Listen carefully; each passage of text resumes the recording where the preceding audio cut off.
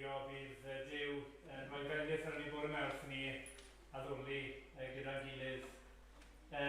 Jyst gweddiadau, mae rhaid bod ar y sgrin i'n credu, ond cofiwch mae cwrdd-gweddi yn awgychwyn o Sfalf am 7:15, a fe ni cyfarfod, chi'n gallu dod fan hyn i'r adeilad, neu chi'n gallu ymuno ar Zoom fel o'n i'n gwneud cyn y Nadolig. Felly ni'n ôl i'r drefn am y tro. Felly cofiwch hynny, nos Fawrth am 7:15, ac yna mae'r cyfarfodydd wythnos arall yn cynnwys gweithgared ar plant yn ymlaen wedi bod ar y sgrin yn barod, fi'n meddwl. Ac yna cofiwch hefyd am gasglu'r y mis, cyfle olaf fi'n credu rhoi at waith Lydia yn Slovenia, a gwaith yna gyda myfyrwyr. A mae yna frwch yn y cefn chi roi y casgliad os chi'n dymuno gwneud neu roi trwy law rhian. Sy'n nesaf, fydd Dewi yn arwen y bore, a wedyn Jos Edwards yn arwen roedfa gyda prynhawn. Os dyw e'n mynd, bydd Emyr yn arwen roedfa ni am 5:00 prynhawn fan hyn eto. Dyna'r chweddiadau, glewch ni droi at Dduw yn gwyddi.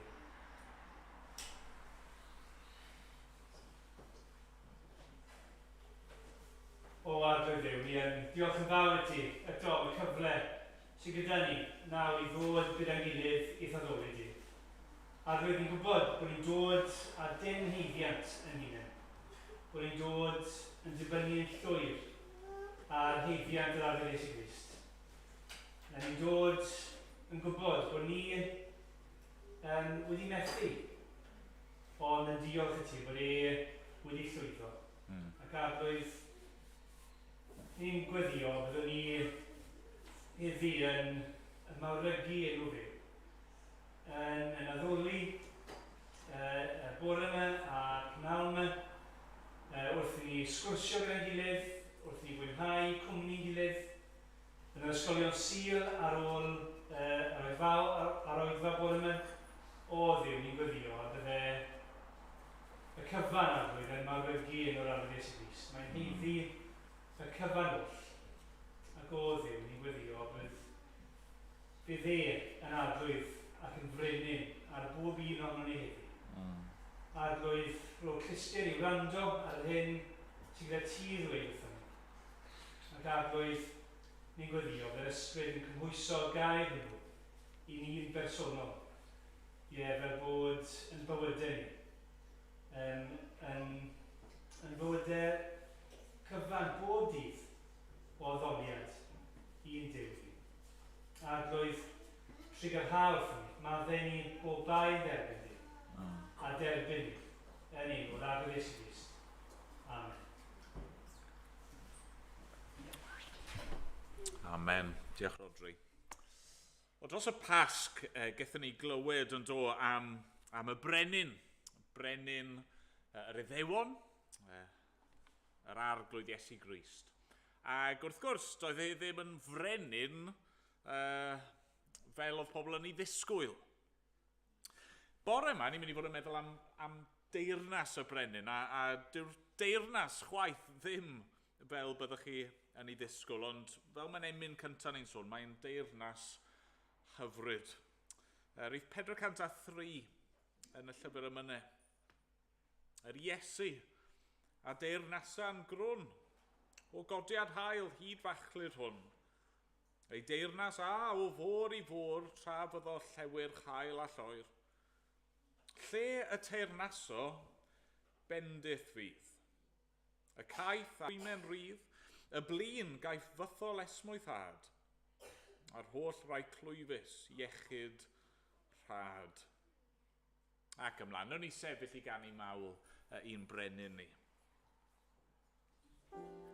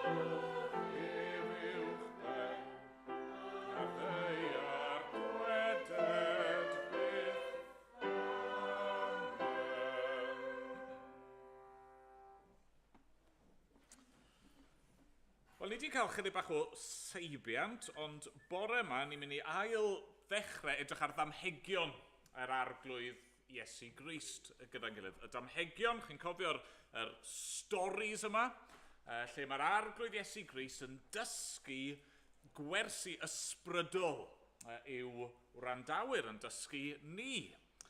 Ac yn yr wythnosau nesaf, mae'r damhegion fyddwn ni'n edrych arnyn nhw yn ymwneud â tyfiant teyrnas dduw. Y ffordd mae teyrnas nefoedd neu teyrnas dduw yn tyfu. Nawr blant, ni wedi siarad am hwn o'r blaen, ond fi eisiau chi jyst neud yn siŵr bod chi'n deall beth yw teyrnas. Iawn? Nawr, teyrnas yw lle mae brenin yn rheoli. Iawn? Teyrnas yw lle mae brenin yn teyrnasu. Yn Saesneg, ni'n siarad am kingdoms. A beth sydd gan kingdom? Wel, king, wrth gwrs. Nawr, cwestiwn i chi, lle mae Duw yn frenin arno? Y nefoedd, ti'n iawn, a lle arall? Y ddeiar, so pob man. Mae Duw yn frenin dros bopeth. Mae Iesu yn frenin dros bopeth. Ond chymod be, dyw pawb ar y ddeiar ddim yn trin Duw fel brenin. Maen nhw yn gwrthryfela, maen nhw'n brwydro yn ymladd yn erbyn Duw. Dyn nhw ddim eisiau Duw fel brenin. A felly fod Duw yn rheoli dros y cwbl, ar yr un pryd mae teyrnas Duw ar y ddeiar yn tyfu. Wrth i bobl cael ei achub, wrth i bobl ddod i gredu yn Iesu Grist, wrth i bobl ddod yn rhan o'r eglwys, mae teyrnas Duw yn tyfu. A dyna ni'n mynd i fod yn meddwl am dros yr wythnosau nesaf yw sut mae'r tyfiant yna yn edrych. Nawr, bore yma ni'n troi at Mathew 13. Mathew 13. A mae yna ddwy ddameg gyda ni fan hyn. A mae nhw'n rhai byr. Mathew 13 ac adnodau 31 i 33. Felly darlleniad arbennig o fyr sydd gyda ni'r bore yma. Mathew 13, dechrau yn adnod 31. Dyma air ein Duw ni. Dyma ddameg arall a gyflwynodd Iesu iddynt. Mae teyrnas nefoedd yn debyg i hedyn mwstard, a gymerodd rhywun a'i hau yn ei faes. Dyma'r lleiaf o'r holl hadau, ond wedi iddo dyfu, yw'r mwyaf o'r holl lysiau, a daw yn goeden, fel bod adar yr awyr yn dod ac yn nythu yn eich anghennau. Lle mae'r ddameg arall wrthynt. Mae teyrnas nefoedd yn debyg i lefain. Mae graig yn ei gymryd ac yn ei gymysgu â 3 mesur o flawd gwenydd nes lefeinio'r cwbl. Amen. Amen. Diolch i Dduw am ei air ei ni. Hwna ni ganu rhif 33 yn yr atodiad. Rhif 33 yma. Iesu yn y damhegion yna'n cyfleu bod yna rhyw ddirgelwch. Yn union fel mae hedyn bach yn gallu tyfu yn blanhigyn enfawr, yn union fel mae lefain y burym yn gallu mynd a llenwi'r toes mawr i gyd, mae yna ddirgelwch yn sut mae Duw yn gweithio yn y byd. A mae hynny'n dod drosodd nawr, rhif 33 yn yr atodiad. Ni o'n paham fod gwrthrych mawl angylion yn rhoi ei fryd ar achub dynol ryw. Pam bu i'r bugail geisio'r afradlon i'w gyrchu adre nôl i gorlan Duw. A'r trydydd bennill yn dweud hyn. Ni o'n pa fodd cyhoeddi'r iachawdwriaeth i'r holl genhedloedd ar hyd ei arlas. Sut daw i'r gogledd deg o'r llewyn dwyrain newyddion da efengil dwyfol ras. Ond, hyn awn, fe wel o ffrwyth ei ladur, ac o bob llwyth daw ffrwyth yw Aberdryd, ac ym mhob iaith fe glywir buddigoliaeth, pan lwyddar sôn am ceidwad cry drwy'r byd. Ond nawn ni sefyll i ganu, da'n gilydd.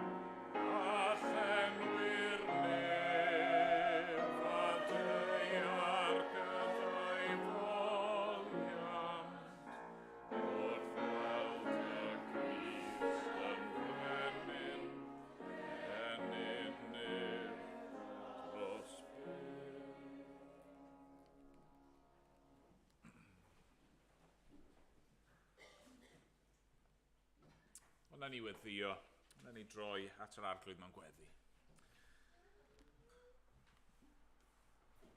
O arglwydd ein Duw, i ni yn diolch i ti, ein bod ni yn awr yn gallu troi at y brenin nefoedd a deiar, brenin y bydysawd, brenin pob peth a phob un arglwydd. A ie, ni'n gwybod ac yn cydnabod mae ti sydd Dduw. Ti sydd yn rheoli dros y cwbl. Ti sydd wedi creu y cwbl. Ti sydd yn cynnal y cwbl. Ti sydd ag awdurdod a pherchnogaeth dros y cwbl. Ac o arglwydd, ni'n gwybod fod hynny yn wir. Hyd yn oed pan fo pobl yn gwrthod hynny, yn gwrthod credu hynny, yn gwrthod ymostwng i ti. Dad, ni'n gwybod mae ti sydd frenin. Ond Dad, i ni amweddio, fel mae'r arglwydd Iesu yn dysgu ni weddio, deled dy deyrnas, arglwydd.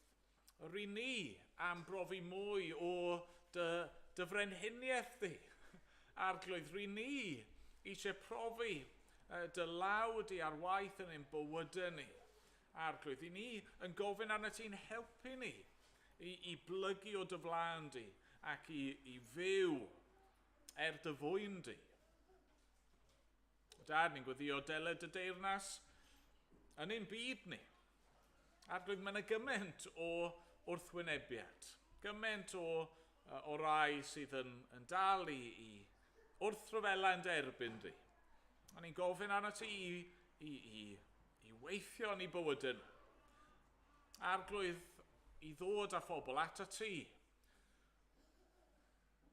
O, arglwydd, ni'n gwybod ni wedi canu yn barod, mae dyma yw'r peth gorau, phosib.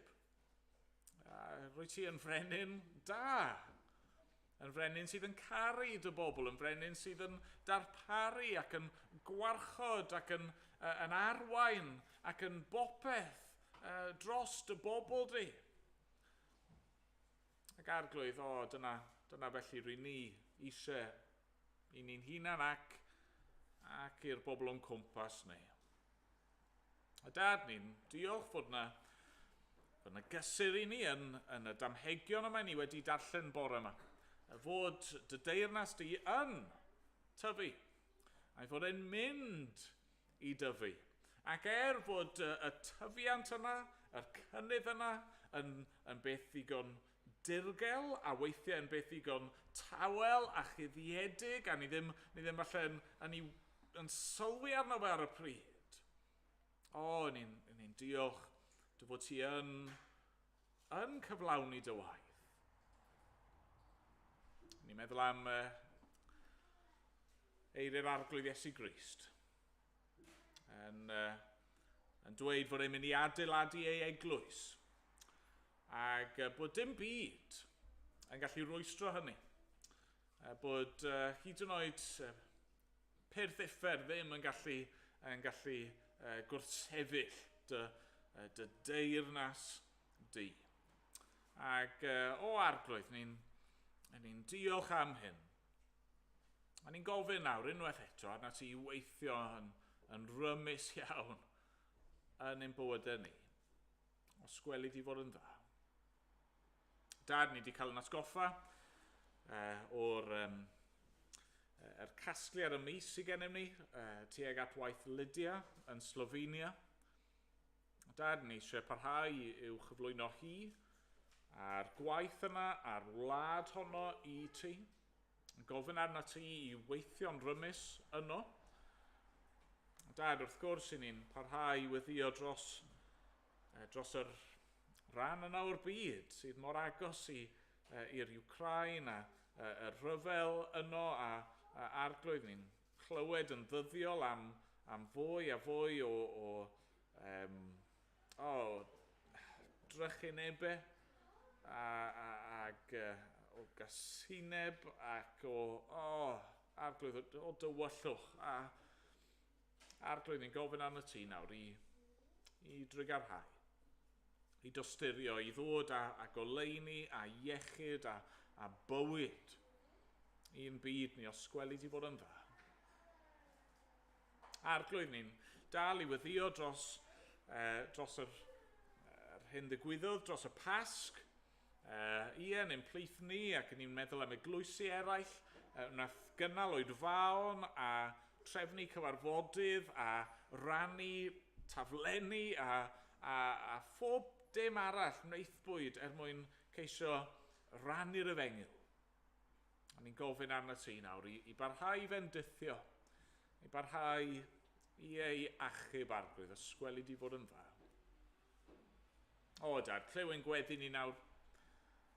Bydd gyda ni, weddill yr oedfa hon, ac ie yn yr ysgol Sul, a'n ein amser ni o gymdeithasu a'n gilydd a i ar hyd y dydd. Dad, bydd yn agos ato ni. A mynd bod ni'n gofyn yn enw ac yn heiddiant yr arglwydd Iesu Grist.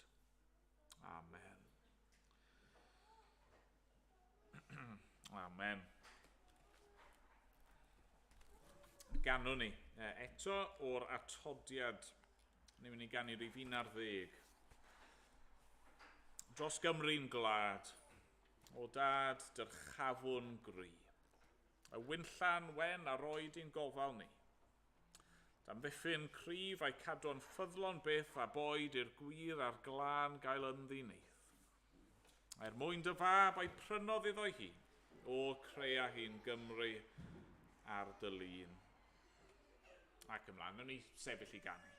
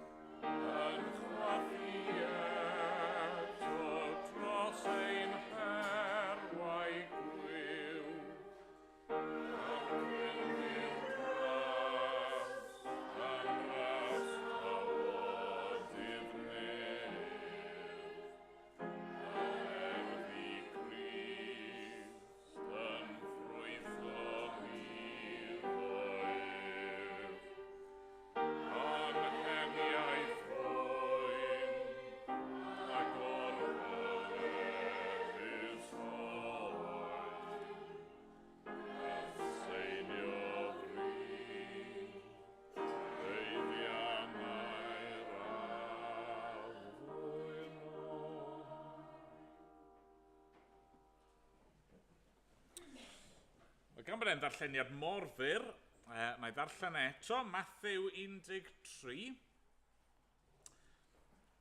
ac adnodau 31 i 33. Dyma ddameg arall a gyflwynodd iddynt. Mae teyrnas nefoedd yn debyg i hedyn mwstard, ac ymerodd rhywun a'i hau yn ei faes. Dyma'r lleiaf o'r holl hadau, ond wedi iddo dyfu, ef yw'r mwyaf o'r holl lysiau, a daw yn goeden. Fel bod adar yr awyr yn dod ac yn nythu yn eich anghennau. Lle barodd ameg arall wrthynt. Mae teyrnas nefoedd yn debyg i lefain. Mae graig yn ei gymryd ac yn ei gymysgu â 3 mesur o flawd gwenith nes lefeinio'r cwbl. Felly be fi eisiau ni wneud bore yma yn syml iawn yw i edrych ar y par yma o ddamhegion, a fi'n galw nhw'n bar o ddamhegion, nid jyst achos bod nhw'n ymddangos ochr yn ochr. Ond chi'n cofio, ni wedi gweld o'r blaen yn dyn ni weithiau, mae'r damhegion yma, maen nhw'n cael eu grwpio gyda'i gilydd, achos gyda'i gilydd maen nhw'n helpu ni ddeall yn well. Hynny, mae'r ddau ddameg yma, maen nhw'n siarad am yr un peth sylfaenol, maen nhw'n debyg iawn i'w gilydd mewn nifer o ffyrdd, maen nhw'n siarad am dwf, am gynnydd, am dyfiant teyrnas dduw, ond maen nhw'n rhoi rhyw perspectives bach yn wahanol i ni. Gyda'i gilydd, maen nhw'n rhoi darlun llawnach.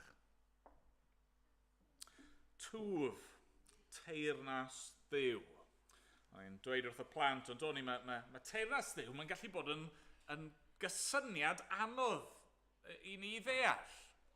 A wedi'r cwbl, nag yw Duw yn teyrnasu ym mhobman, nag yw e'n frenin dros bobman. Wel ydy wrth gwrs, ond teyrnas dduw yw'r man honno, lle mae Duw yn cael ei gydnabod yn frenin. A felly mae'r deyrnas yma, mae'n amlygu ei hun. Yn amlygu ei hun yn bennaf y mywyd y Cristion ac y mywyd yr eglwys. Mae y deyrnas yn dod. Mae'r deyrnas yn cynyddu wrth i fwy a fwy o unigolion plygu ger bron y brenin. Ac wrth i fwy a fwy o bobl ddod at ei gilydd mewn eglwys i gydnabod y brenin. Ac wrth wedyn i ni fel unigolion a fel eglwys i fynd allan i'r byd a gwneud disgyblion a hau'r had a lefaenio'r toes. Mae'r eglwys a teyrnas dduw yn cynyddu. Wel, beth sy'n amlwg? Mae'n amlwg yn y cyd-destun, pe bach chi'n darllen y cyd-destun ehangach fan hyn, mae'n amlwg trwy yr Efengylau, doedd y disgyblion ddim yn disgwyl y math o frenin oedd Iesu. Ac yn aml iawn felly, mae'r deyrnas mae Iesu yn dod a fe, dyw e ddim yn deyrnas o'n nhw'n ei ddisgwyl. Ond nhw yn meddwl bod y deyrnas, pan byddai'r Meseia yn dod, pan byddai'r brenin yn dod, byddai'r deyrnas, teyrnas nefoedd, teyrnas dduw, byddai fe'n dod mewn ffordd amlwg iawn. Mewn ffordd cyhoeddus iawn.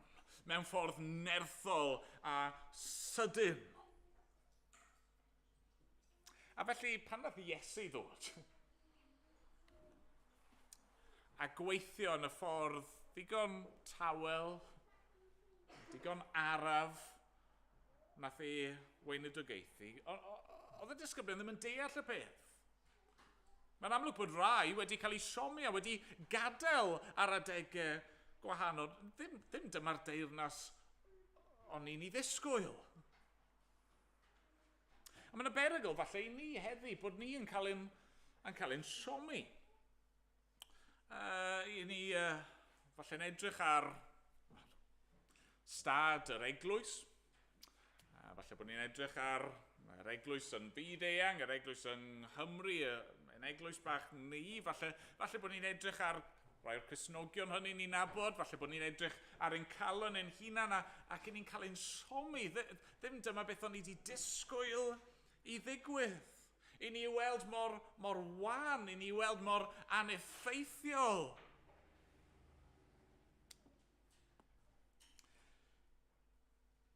Fel person sydd wedi hau had, ac yna sy'n gorfod aros i'r had i dyfu. fel graig efo mynydd o does sydd angen ei lyfeinio a mae'r gwaith yn edrych yn rhy fawr. Falle bod ni y bore yma yn barod i roi lan. Ond fan hyn, mae'r arglwydd Iesu yn ein annog ni. Na. Randewch ar y damhegion yma. Dyfab ar hewch. Cariwch mlaen. Credwch. Ymddiriedwch yn o fi eich brenin. Ymddiriedwch yn y deyrnas yma fydd i addo i chi sydd yn tyfu a sydd yn mynd i dyfu. Felly, be mae'r damhegion yma'n dangos i ni? Wel, y peth cyntaf yw hyn. Mae'r deyrnas yn mynd i dyfu yn aruthrol. Mae'r deyrnas yn mynd i dyfu yn aruthrol. Mae Iesu'n sôn yn dydi am yr broses o blanhigyn mwstard yn tyfu. A mae'r iaith mae'n defnyddio, mae'r iaith yma yn eithafol. Mae Iesu'n siarad mewn extremes yn dydi. Adnod 31, mae teyrnas nefoedd yn debyg i hedyn mwstard ac ymerodd rhywun a'i hau yn ei faes. Dyma'r lleiaf o'r holl hadau, ond wedi iddo dyfu ef yw'r mwyaf o'r holl lysau. A daw yn goeden fel bod adar yr awyr yn dod ac yn nythu yn ei changhennau. Nawr, sa'n gwybod amdano chi, sa'n gwybod lot am beth i tyfu planhigion mwstard. Yn dechnegol, nid yr hedyn mwstard yw yr hedyn lleia posib. Ac yn dechnegol, bod y planhigyn yn tyfu yn aruthrol o fawr, mae'n gallu tyfu hyd at 10 troedfedd yn ôl pob tebyg, dyw e ddim yn dechnegol yn goeden ydy e. Felly be, ydy'r arglwydd Iesu yn anghywir fan hyn? Ydy e ddim yn gwybod digon am y byd ac am natur ac am arddio? Wel na, ond mae'n siarad yn eithafol mwyn gwneud pwynt. Mae'r pwynt yn glir yn dydi. Y pwynt yw hyn. Os ych chi'n cymryd hedyn mwstard, y peth yma sydd mor fach, ac yn ei blannu ac yn aros, beth fydd gyda chi yn y pen draw? Wel, fydd gennych chi'r blanhigyn enfawr yma. Mae'r hedyn yn edrych yn fach ac yn ddibwys, ond mae hwnna yn gallu tyfu yn beth enfawr. Y pwynt mae Iesu'n gwneud yw peidiwch ag mewn ffordd cael eich twyllo. O, na fe, jyst achos bod yr hedyn yn fach, does dim gobeith iddo fe dyfu. O, jyst achos bod yr hedyn yn tiny, pa siawn sydd i hyn i gynyddu? Na, drychwch ar yr hedyn mwstard, mae'n dechrau fel hyn, ac yn y diwedd mae mor fawr, nes bod adar yn llythrenol yn dod ac yn cysgodi o dani. Mae teyrnas nefoedd yn gallu, ac yn wir, mae teyrnas nefoedd yn tyfu. A hynny mewn ffordd aruthrol. Nawr, mae hynny'n wir ar lefel personol, ar lefel unigol. Mae'n siŵr bod chi'n cofio, mae man arall, mae Iesu yn sôn am pobl sydd â hedyn mwstard o ffydd. A'r pwynt mae'n neud fyna, wrth gwrs, yw hyd yn oed os yw'ch ffydd personol chi mor fach, a hynny mae'n ddigon. Mae'r hedyn mwstard yna yn mynd i dyfu, mae'n mynd i gynyddu. Nid maint ein ffydd sydd yn bwysig, ond gwrthrych ein ffydd sydd yn bwysig. A fan hyn, mae fel petai Iesu'n gweud, wel, hyd yn oed os yw eich ffydd chi yn fach iawn, mae'r deyrnas, y grym sydd ar waith yno chi, mae'n mynd i gynyddu. Mae'n mynd i dyfu.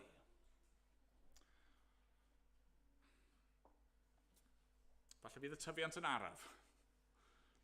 Falle bod chi'n edrych ar eich bywyd chi a chi yn Gristion, a chi wedi bod yn Gristion ers blynyddoedd, A chi ddim beth dyw eich cynnydd chi, eich twf ysbrydol personol chi, ddim beth o'ch chi yn gobeithio iddo fe fod. A falle bod chi'n siomi ac yn digaloni, ond peidiwch meddwl Iesu, achos mae'r hedyn yn mynd i barhau i dyfu nes byddai'n cyrraedd i lawn dwf.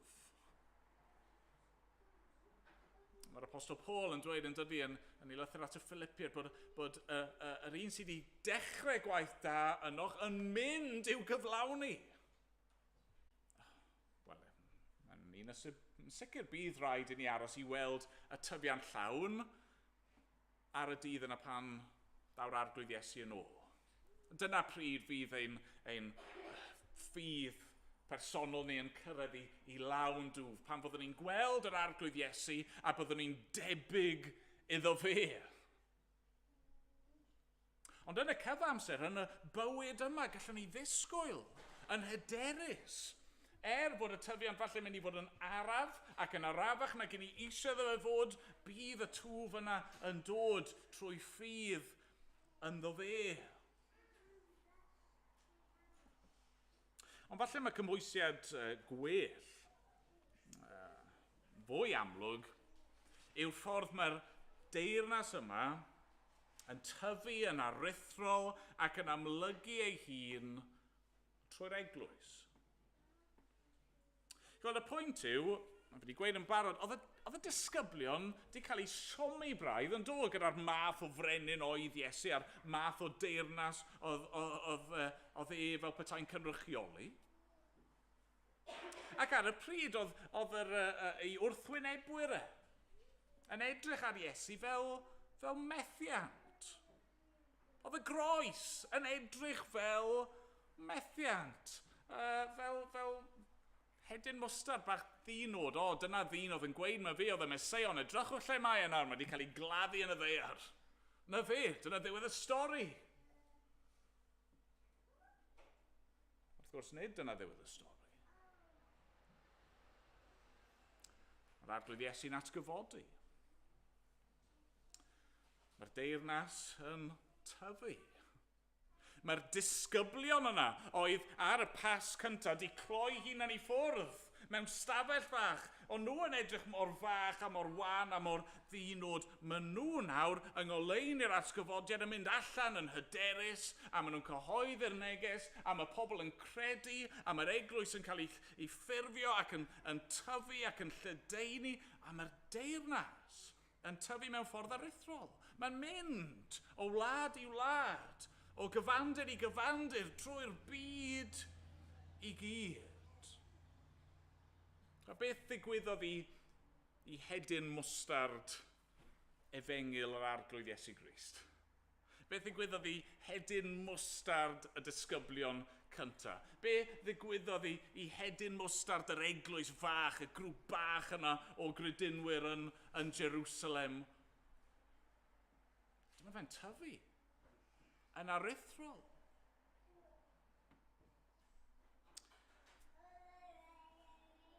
Tyfodd e'n goeden fawr. Falle yr geiriau yna di canu cloch i chi. Ni'n clywed yr goeden yma, mae adar yr awyr yn dod ac yn nythu yn eich anghennau. Oedd yna'n canu cloch i rywun ar y madrodd yna? Fe ddylsa fe i lot ohono ni. Cofio Daniel 4? Dwi ddim mor hir a hynny nôl, o'n i yn Daniel 4.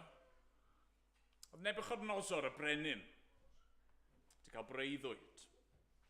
Breuddwyd am ei deyrnas teyrnas Babylon. Y deyrnas yma oedd wedi tyfu i fod fel coeden enfawr. A beth oedd yn wir am y goeden enfawr yma? Wel, oedd adar yr awyr yn dod ac yn nythu yn eich anghennau. Oedd teyrnasoedd llai y byd yn dod at hwn, at y goeden fawr sblennydd yma. Be ddigwyddodd i goeden Nebuchadnezzar? Mae'n cael ei dorri lawr. Fan hyn, mae'r arglwydd Iesu Grist yn rhaid, mae'r hedyn mwstard bach yma. Teyrnas nefoedd mae'n mynd i dyfu. A mae'n mynd i dyfu yn goeden. am adar yr awyr, cenhedloedd y byd, pobl sydd ar hyn o bryd yn bell i ffwrdd a ddim yn rhan o'r deyrnas, maen nhw'n mynd i ddod. Maen nhw'n mynd i gael eu hachub trwy ffydd yno fi. A mae'r goeden yma yn mynd i sefyll am byth.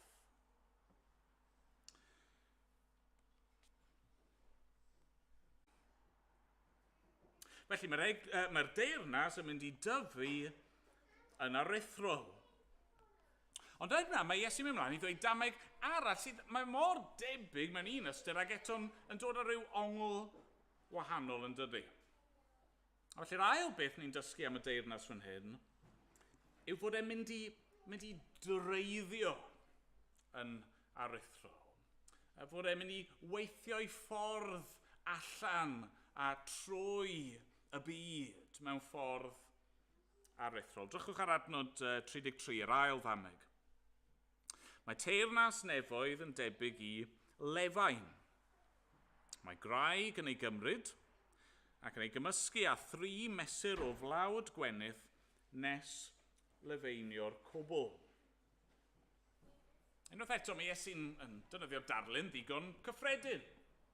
Y graig yn mynd i wneud bara, mae'n cymryd y blawd, ac yna mae hi'n lefaenio, mae'n rhoi'r lefain i fewn, y peth yma sy'n mynd i helpu'r toes i godi.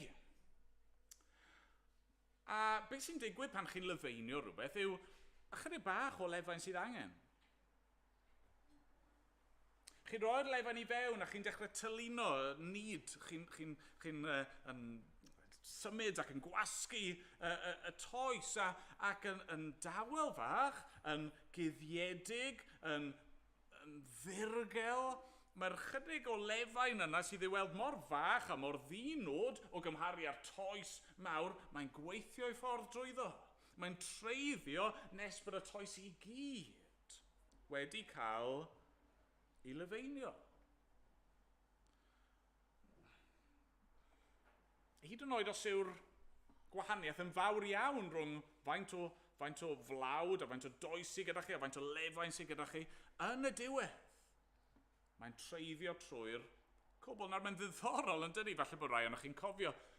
Mae Iesu yn defnyddio hyn fel rybydd ar adegau wrth sôn am ddrygioni, wrth sôn am bechod. Mae'n dweud os y'n ni'n caniatáu i bechod i ddod i fewn i'n bywydau ni, os y'n ni'n caniatáu i gau athrawiaeth i ddod i fewn i'r eglwys, mae'r ychydig bach yna yn mynd i gael effaith, mae'n mynd i ddylanwadu, mae'n mynd i dreiddio trwyddi, yna pan mae'n rhaid i ni fod mor ofalus. Ond fan hyn, mae Iesu'n defnyddio fe fel darlun o anogaeth. Mae'n dweud bod yr ychydig bach yn nerth Duw, yn ara deg, yn gallu dylanwadu ar y cwbl. Nawr unwaith eto, mae'n anogaeth bersonol i ni fan hyn.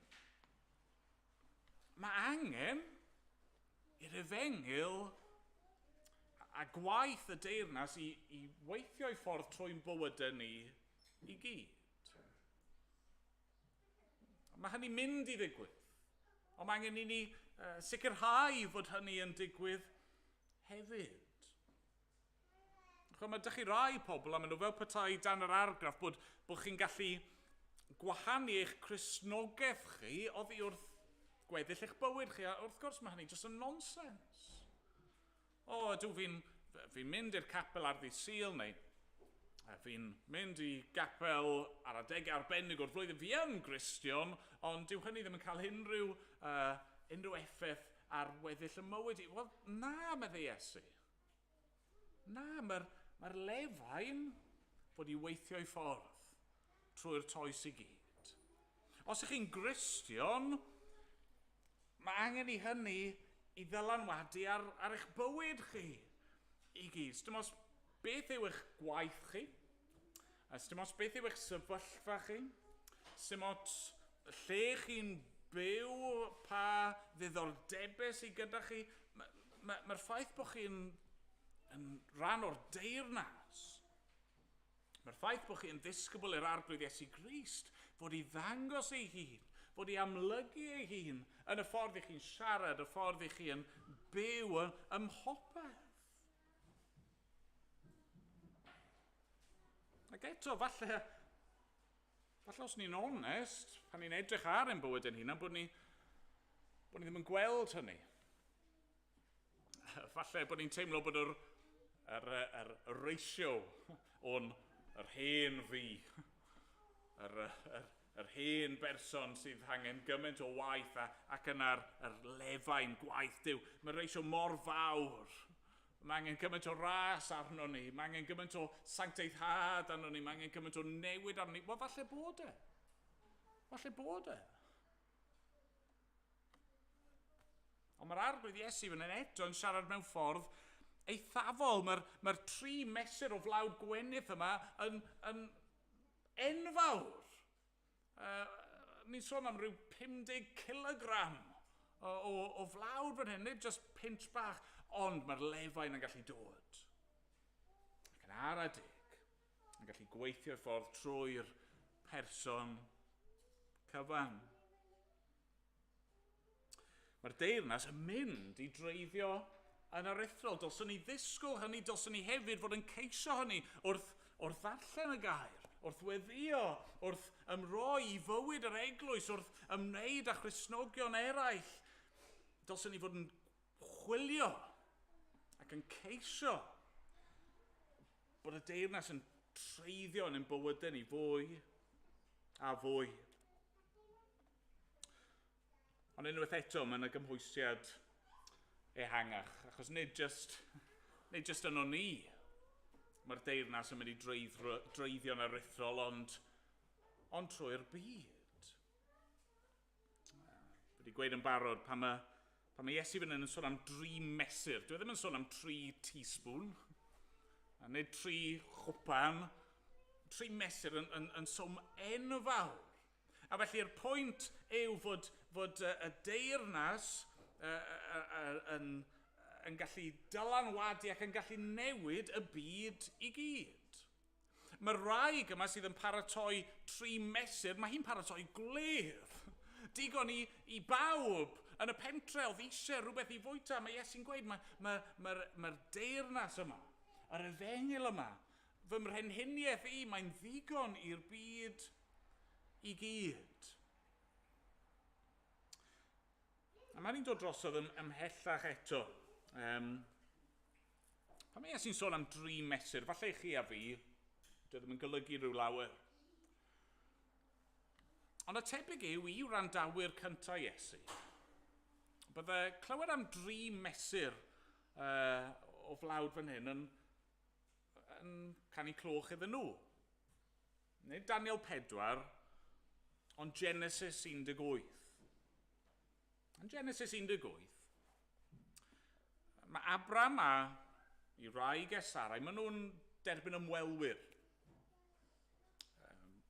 Ymwelwyr sy'n ymddangos yn gyntaf fel 3 dyn.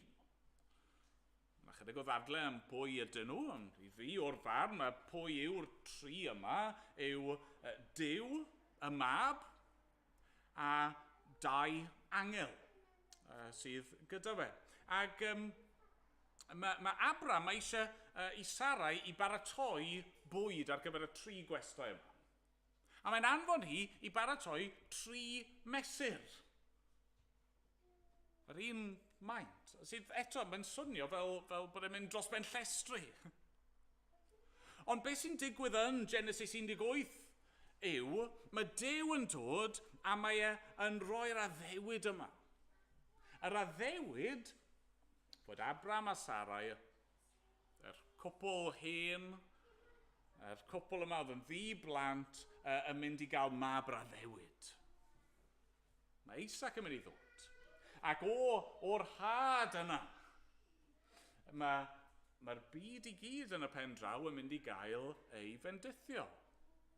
Nid trwy Isaac, wrth gwrs, ond trwy'r mab oedd i ddod yn y dyfodol pell, trwy'r arglwydd Iesu Grist. Felly yn Genesis 18, beth sy'n dynnu fyna eto, yw'r syniad yma bod yna rhywbeth bach, rhywbeth gwan, hen ddyn a hen wraig, bod nhw rhywsut, trwy nerth Duw, yn mynd i allu newid y byd. A trwy plant nhw. A trwy'r plentyn oedd i ddod. Mae'r byd i gyd yn mynd i gael ei fendithio. Ac unwaith eto, i ryw raddau, gallwn ni ddweud fod be mae Iesu'n disgrifio fan hyn, mae wedi digwydd yn barod yn do. Hynny yw, mae dylanwad y deyrnas, dylanwad yr efengil, dylanwad Cristnogaeth ar y byd wedi bod yn aruthrol. Mae wedi treiddio yn ddofn i, wel, yn arbennig i'n cymdeithas ni. Mae yna gymaint o esiamplau hyn, pethau mae pobl yn y byd o'n cwmpas ni'n cymryd yn geniataol, ond sydd wir yn dod o Gristnogaeth, yn dod o'r arglwydd. Felly gallwn ni ddweud, ie, mae'r deyrnas wedi treiddio yn aruthrol i'n cymdeithas ni, i'n byd ni. Ond mae yna fwy i'w wneud. Mae yna fwy o ddylanwad i'w gael. Mae angen i ni, i weithio allan ein iachawdwriaeth yn ein bywydau personol ni, ond mae angen i ni hefyd fel pobl yr arglwydd, fel yr eglwys i fod yn rhan o'n byd ni. I fod yn rhan o'n cymdeithas. I fod yn lefeinio, yn dylanwadu. Lle bynnag mae'r arglwydd i roi ni, yn y lle gwaith, yn yr gymdogaeth ni'n byw ynddi, yn y teuluoedd i ni wedi cael ein gosod ynddi, yn y clybiau, neu'r corau, neu'r grwpiau, neu'r cymdeithasau, neu lle bynnag. A falle, fel fi wedi gweud o'r blaen, bydd y pethau yma'n teimlo mor ddinod. Bydd yn ymdrechion ni'n teimlo fel petai nhw ddim yn neud unrhyw beth. Na, meddwl arglwydd Iesu Grist. Mae'r deyrnas yn mynd i dyfu. Mae'n mynd i barhau i dyfu. Mae'r deyrnas, chi methu stopio'r deyrnas yn tyfu. Fel hedyn mwstard yn cyrraedd ei lawn dwf. Fel gwenydd, mae'r deyrnas yn mynd i dyfu yno ni, yn ein plith ni, ac yn ein byd ni. Ac un dydd, pan ddaw'r arglwydd Iesu Grist yn ôl, pan ddaw y nefoedd a'r deiar newydd. Bydd teyrnas nefoedd, teyrnas Dduw, ei weld yn ei gyflawnder. Diolch iddo. Amen. Amen.